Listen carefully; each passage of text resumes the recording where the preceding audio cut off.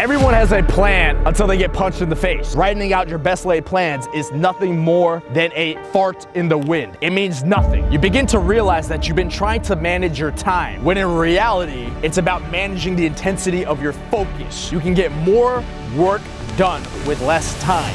Close the gap between the future vision and today. If you're not living your best life today, it is gone. It's vanished. It's not gonna happen. And on one end of the continuum, you have your end future, your end vision, your end dreams, your end goals, all the things that inspire you, the direction you're moving towards, and then you have where you're at today and where you're at now, your current results, your current business, and your current lifestyle. Until we close the gap and we actually try to get our end vision, our end goals today, now, not in the future, not written down as a goal in your notebook, not written down on your little scheduler, not on your vision board. Until we try to get it now, it doesn't mean anything. Because when we have this gap between where we're at and where we want to go, there is all these rationalizations and all these lies that live in between. Everyone has a plan until they get punched in the face, and that's a Mike Tyson quote, meaning that you can write out your goals, you can make great plans, great schedule, have a great imagination, have clarity, have dreams, but when you get punched in the face, metaphorically speaking, something happens that rocks your world, or your survival is threatened, money is threatened, resources are threatened, you are threatened, all your dreams go crumbling away because it's Maslow's hierarchy of needs. So your DNA always has the last laugh, and your DNA wants two things, survival and replication. So if your DNA wants those things, your DNA doesn't care that you're gonna accomplish certain goals. If you were a caveman back in the day, life was more simple. It was more about surviving, hunting, and gathering, and then reproducing. Everything else didn't entirely matter, and they lived more in the moment. We have a tendency to live more in the future. We have a tendency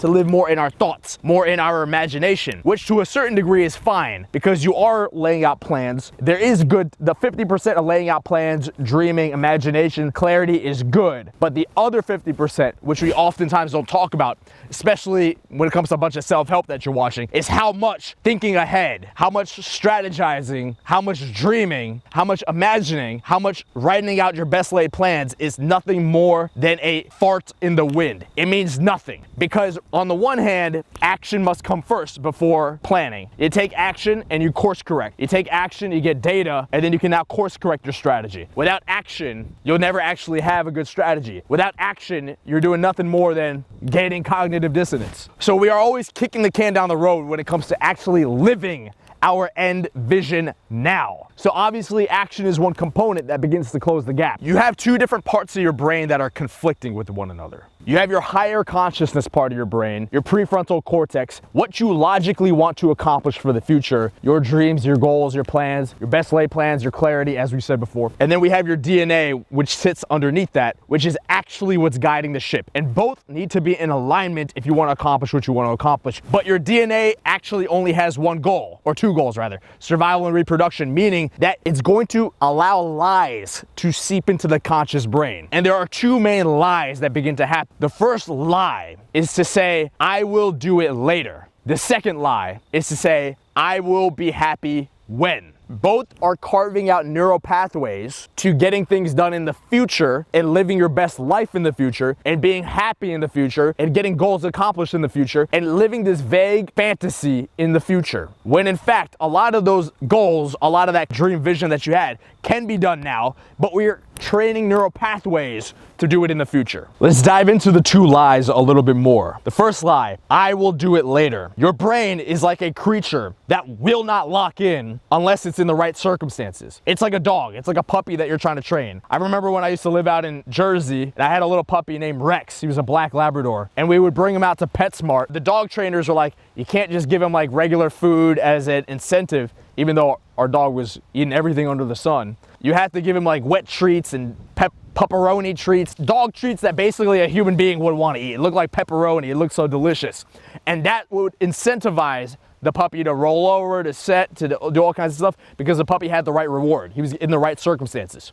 On that similar vein, your brain is no different. Without the right circumstances, it's not going to engage. The first circumstance that you need to do to kind of kill off or bring to your awareness that blind spot, that neural pathway of I will do it later, is to understand that without the right environment, you will be stuck in I'll do it later. The first step is to understand that your environment must be putting the right pressure on you, the right accountability on you. And not just regular accountability, but ruthless accountability. accountability. Meaning, it's one thing to have the dog treat in front of your face. It's another thing to have a fire lit under your own ass that puts pressure on you to step up and not do it later. Not give into that rationalization of I'll do it later. The second reason we get stuck in I'll do it later is just general fear. We're afraid. And we're afraid of things that we don't even know why we're afraid. We don't know what we don't know. We're afraid of the unknown. And think about all the areas in which fear has stopped you, and fear has kept you in a state of I'll do it later. Number 3 is you haven't given yourself perspective on people that are living your dreams now, getting your goals accomplished now.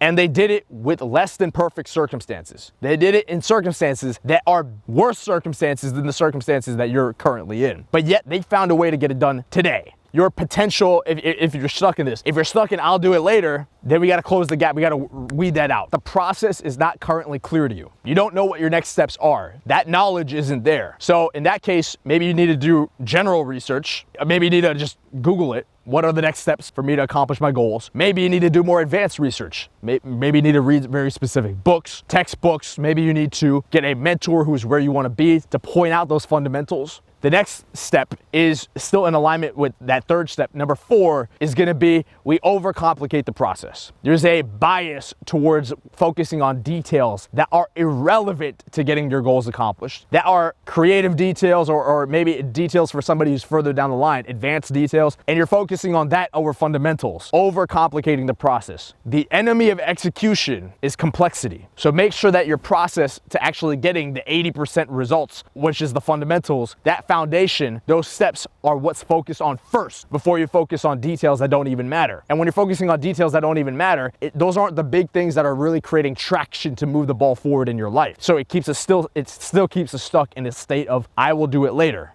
And the last step is that you haven't even tried to get your goals accomplished sooner rather than later. You haven't even tried to live your end vision now. You haven't even tried to live your end lifestyle now. And if you did try it, what you're gonna get exposed. You're gonna see how much energy, how much money, how much time, how much focus, how much momentum it actually takes to get it done now versus kicking it off into the future. The second lie is I'll be happy when. Rather than saying I'll be happy when, say I'll be happy now in the process of getting to an even happier life with even better results, but I'll still be happy right now in the process, rather than saying I'll be miserable in the process towards some end outcome, which never truly brings salvation, which brings us to the first lie underneath I'll be happy when. And that first lie is thinking that I'll be happy when I'll accomplish XYZ result. And when I get XYZ result, I will be in a permanent state of bliss, a permanent state of salvation. I'll be in heaven on earth. It's not really true. Of course, results breed a certain degree of happiness, and winning is very important. That being said, this is a fallacy of the brain. And the second lie underneath I'll be happy when is having a flawed perspective and limited knowledge on what actually creates flow states. We're almost always better off doing things that directly impact our happiness and dopamine, not drugs, but I mean process-oriented actions and flow state activities that directly impact our happiness and our dopamine than we are biologically telling ourselves when I get XYZ accomplished, that's when happiness will kick in. I'll now give you a list of rationalizations that we commonly make that prevent us from closing the gap. So as you listen to these are just examples. Begin to ask yourself, am I making any one of these? I'll give you my big one. My big rationalizations is I can't post this amount of quantity and quality of content at the same time, which in reality, a lot of creators have solved that issue. So that's one of mine. Next rationalization is I can't delegate now. Next rationalization is I can't hire that high performance team now. I can't run advertisements now. I can't create the right partnerships, affiliate deals, partnerships with agencies now. I can't get coached by a high-level coach now because I can't afford them or whatever. I can't go off and get that mentor and befriend that mentor now. I can't create a high-performance culture in my business now. I can't step into the shoes as the leader today and now. I can't up the quality of my offer, my product, my service to what I deem as having 10 out of 10 quality value now. I can't negotiate for my terms now. I can't do the setup steps of registering a company, licenses, LLC, payment processors, bank accounts now. Certain lifestyle rationalizations as well. I can't date, throw parties, or host events now. I can't hang out with my friends now. I can't go travel and have adventures now. I can't meditate now. I can't train my body now. I can't eat that diet now. I can't wear those clothes, that jewelry, that watch right now. I can't drive that car right now. I can't live in that country, state, city. I can't find a way to do that now. And the biggest thing is, with all these rationalizations, you might be right, because you can't do everything now. That's the truth.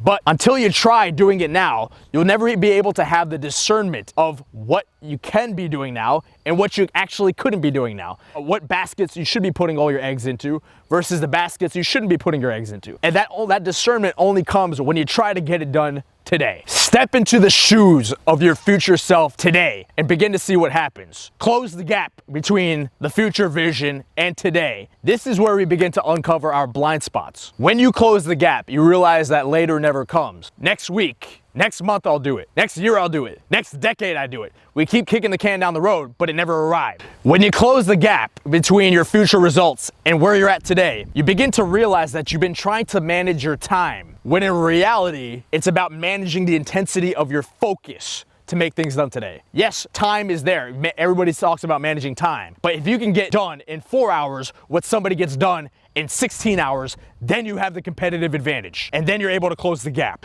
When you close the gap between your future goals and where you're at today, you realize other blind spots as well. Maybe lifestyle blind spots pop up. Everybody says they want to travel the world. But another blind spot is if you can't do the basic local things in your city. What makes you think you're gonna be this world-renowned, bon vivant, raconteur, most interesting man in the world traveler, adventuring human being? You're not gonna be that person if you can't do the basic things that are already in your city. Instead of staying in your basement or staying in your room, you gotta get out there and do the stuff that's already in your backyard before you're gonna do the things around the world. When you close the gap between your future goals and where you're at today, it changes your relationship to money. Instead of investing into a savings account, you invest into yourself. You invest into your project. You invest into your dream lifestyle, and you have a sense of urgency about investing into those things rather than just saving for a rainy day or saving for the dream life off into the future. A lot of times you see individuals with 401ks, people who are saving a bunch and they're old and now they're retired and now it's time for them to live their dream life. But when you're old and 65 years old and now it's time to live this dream adventurous life, who cares? You don't have the energy to live that dream life, number one. And number two is you have deeply ingrained habits of being risk averse. So it can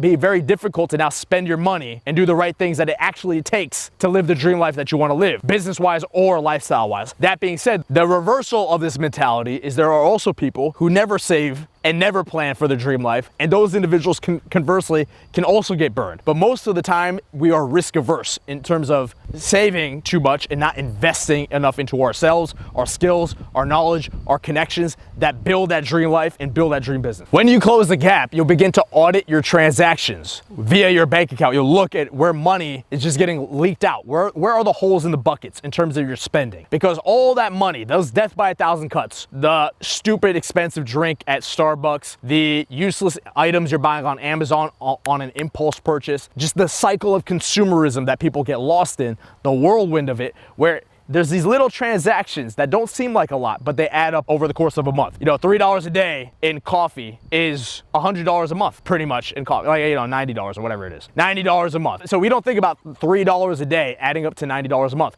Now, obviously $90 isn't a lot of money, but when you have a history and transactions in your bank account, when you actually look at it and you see tons of these little transactions adding up, where could that money have gone to? It could have gone to investing in yourself, your skills, your knowledge, your lifestyle, and your business. When you close the gap, you begin to understand that the risks you are taking are actually minimal because you don't die. Maybe you get burned by investing into your lifestyle. Maybe you get burned by investing into your business. Maybe there is psychologically you feel bad for a little bit because of you getting burned. That being said, was there anything really risked? When you throw your hat over the fence and you made that investment, and you're actually trying to close the gap, you're trying to get it now, nothing actually gets lost because you're still here and you're still breathing. As long as you still have breath in your lungs, was there really a risk that you took? Donald Trump took a bunch of risks in his business career, whether you like him or you don't. At one point, he was $9 billion in debt. He walked down the street and saw the homeless man on the street and said, that person is $9 billion richer than I am currently.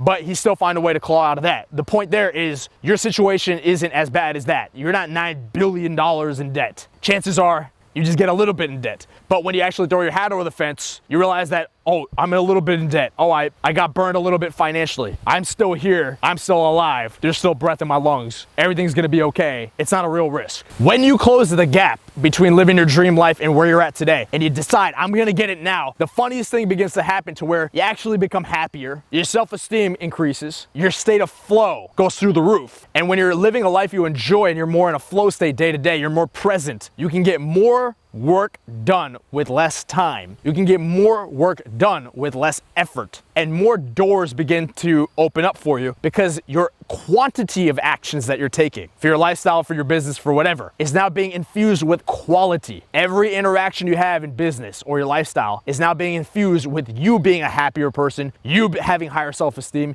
your brain working faster, your problem-solving abilities working faster, your winner effect being in an upward spiral, and people sensing that off of you, your cup runneth over with good feelings, good emotions, good vibes. And all of a sudden, more and more doors open up for you, in addition to your brain just working better when you do your work. As we were saying before, audit your focus, don't audit your time. When you're in more of a flow state, you can focus at a higher level. When you close the gap, it becomes utterly clear that your best laid plans are almost always gonna fail. A business plan never fails on paper. A lifestyle plan never fails on paper. It's at best a guess, and at worst a lie. So at best you're guessing, oh, in the future it's gonna look like this, and at worst you're lying to yourself. So that being said, what matters more is how well are you controlling the process? The only thing you have in control is the process. You take action, you stay present to the process, you stay present to the action you need to take next, and you allow that to guide course corrections that will ultimately guide the future result.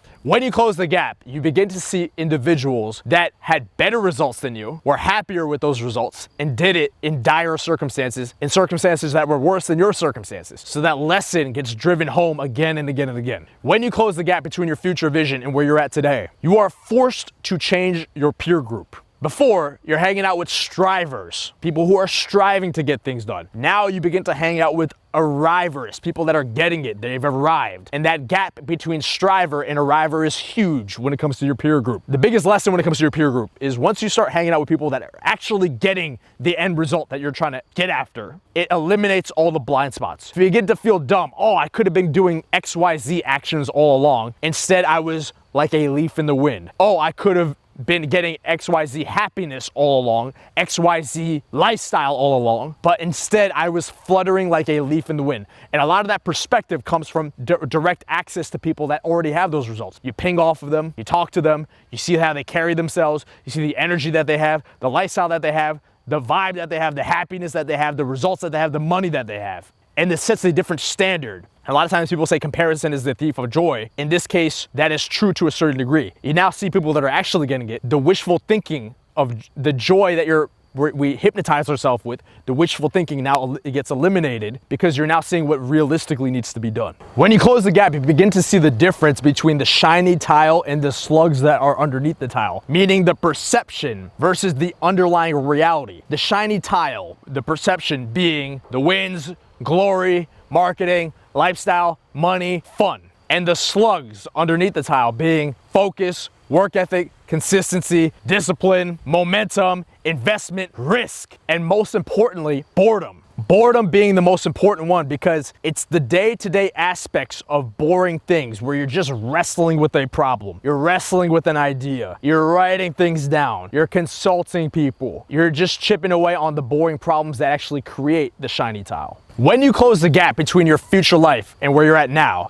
you may realize that you became mentally very rigid, overly logical, unable to tap into flow states, unable to be present, And no amount of results is worth not being in flow. This happens because mentally we become dense, we become rigid. So we've lost the neural pathway of fun. We've lost the neural pathway of flow. So even if you actually get results, your ability to resonate with the results has gone away. And no amount of results, money, or wins is worth the inability to tap in and have fun with those wins. When you close the gap, the blind spot of how much we get lost in Groundhog's Day becomes apparent. Every day looks the same. Every day's rationalizations look the same. Every day's blind spots look the same. Every day you do the same routine, the same habits, the same life, the same gym, the same people, the same whatever. And we think someday it's gonna change. And that change that we buy into is vague. It's always vague. If it was concrete and specific, that would be one thing, but it's almost always vague. And you know it's vague when you look back and you say, what's my track record?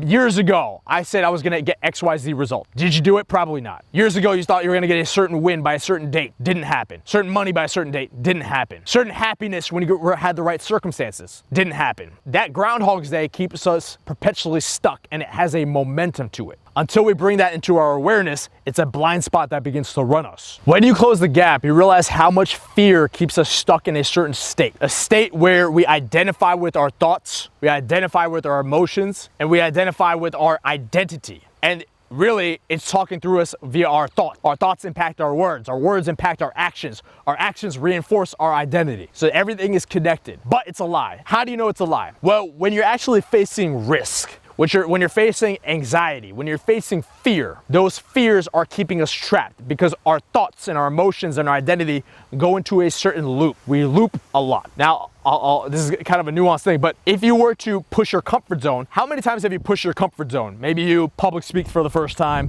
you approach somebody who intimidated you for the first time, maybe they were high status or attractive, you engaged with a sport and you had to push your comfort zone in a sport, you engaged in business and there was risk, you had to get a sale, you had to close a deal, you had to push your comfort zone, and the thoughts were aiming one way before you had to cross that barrier. Here's the barrier of your comfort zone. I now have to push myself past my comfort zone. Now, as I'm pushing myself past, I'm in this box. My thoughts are telling me one thing.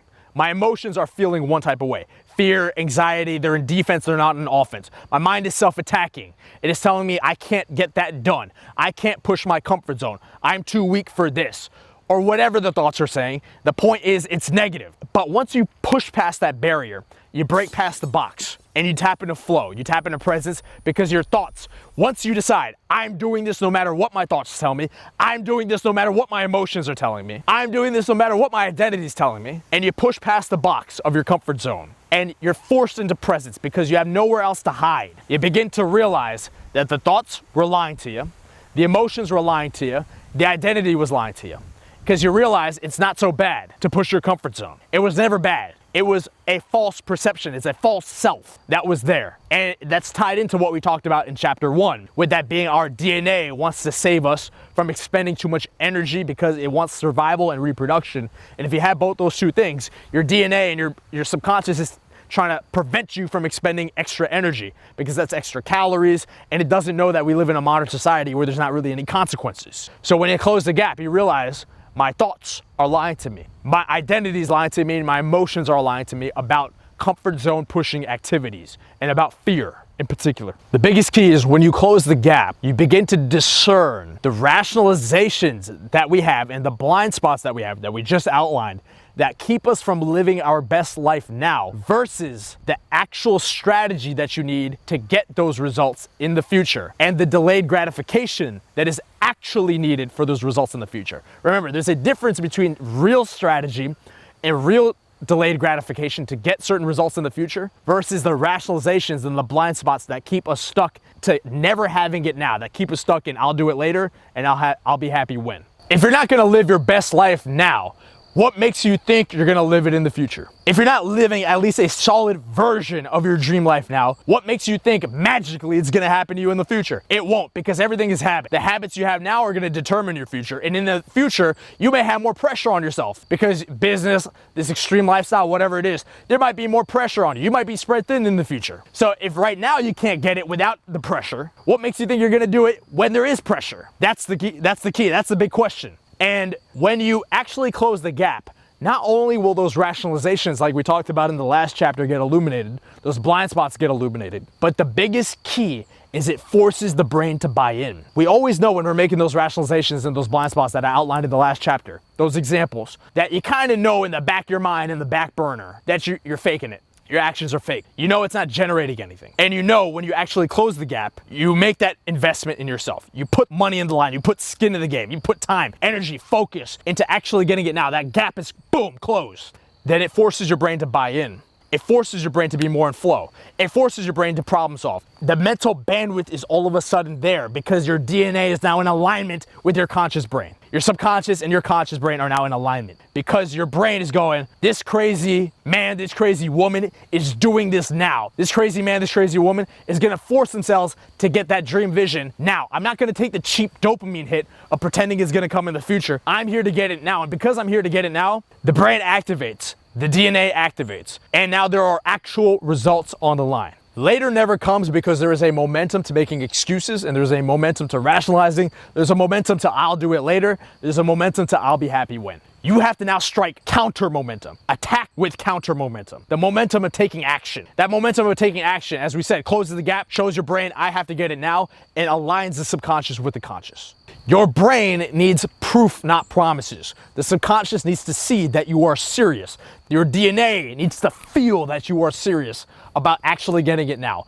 Only when you are forced will it actually see you're serious. Meaning that you can't always do it by yourself. You have to now throw your hat over the fence. I have to throw my hat over the fence and step into my end vision. Now, I have to step into becoming that guy, that girl, that potential, and that higher self. Couple exercises. First exercise is to do a consultation with somebody who is where you want to be, who has the results that you want. Go talk to a mentor or coach, a person who is high performance, who actually has the results in the dream life that you want. And then ask them to look at your process. Determine what actions you're taking that are spinning your wheels in the mud, they're useless, and what actions you're taking that are actually having traction and moving the ball forward. And obviously you're gonna wanna double down on the actions that are moving the ball forward. The second thing is write out on a piece of paper all the actions your future self would be taking.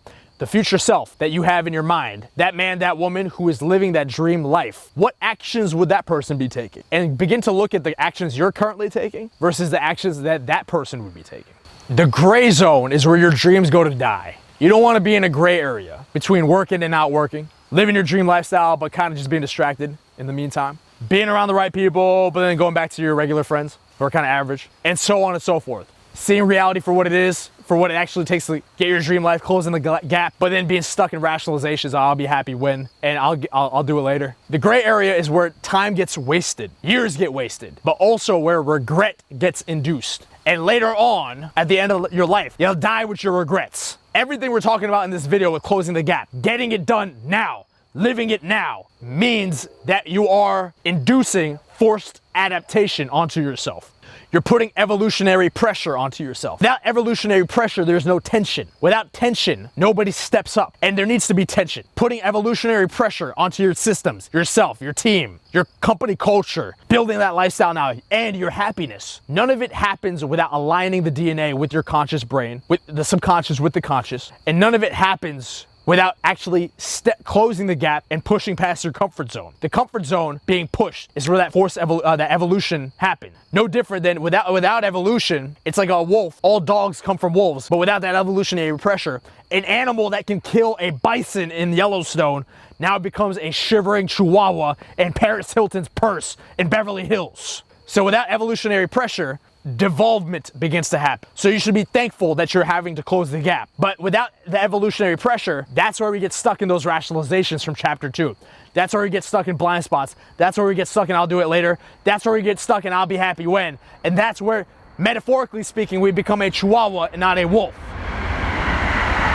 And I do a lot of meditation retreats. The meditation retreat I do is called Vipassana, where they take away your phone, any kind of stimulus, and you are meditating basically for 10, 12 hours a day, and you're doing this for 10 days in a row, and you're not allowed to speak. It's called Vipassana. And when I do this meditation retreat, people do psychedelics. My version of a psychedelic is doing the Vipassana retreat. And with a psychedelic, people will go in there, they'll go, okay, I have an intention before I take ayahuasca or DMT or any of these psychedelic drugs. I have an intention and then I do a debrief. For me, my version of this, I don't really set an intention before Vipassana, but I'll go into Vipassana and I'll write in a notebook what I've learned from being in meditation for 10 days. And the common theme I always get from Vipassana is life has to be a 10 out of 10 now. It seems to be a common denominator. So those are kind of the seeds of what created this video, between thinking about how many times am I kicking the can down the road versus what should I be getting now. Obviously there's strategic thinking in terms of getting future results. Obviously there's strategic thinking if you're depressed in terms of getting future happiness. Obviously there is something called delayed gratification. So that's the other 50%. But the 50% we focus on in this video is I have to get it now. I'm gonna stop waiting. So that's what I'll leave you off with, and I'll see you in the next video.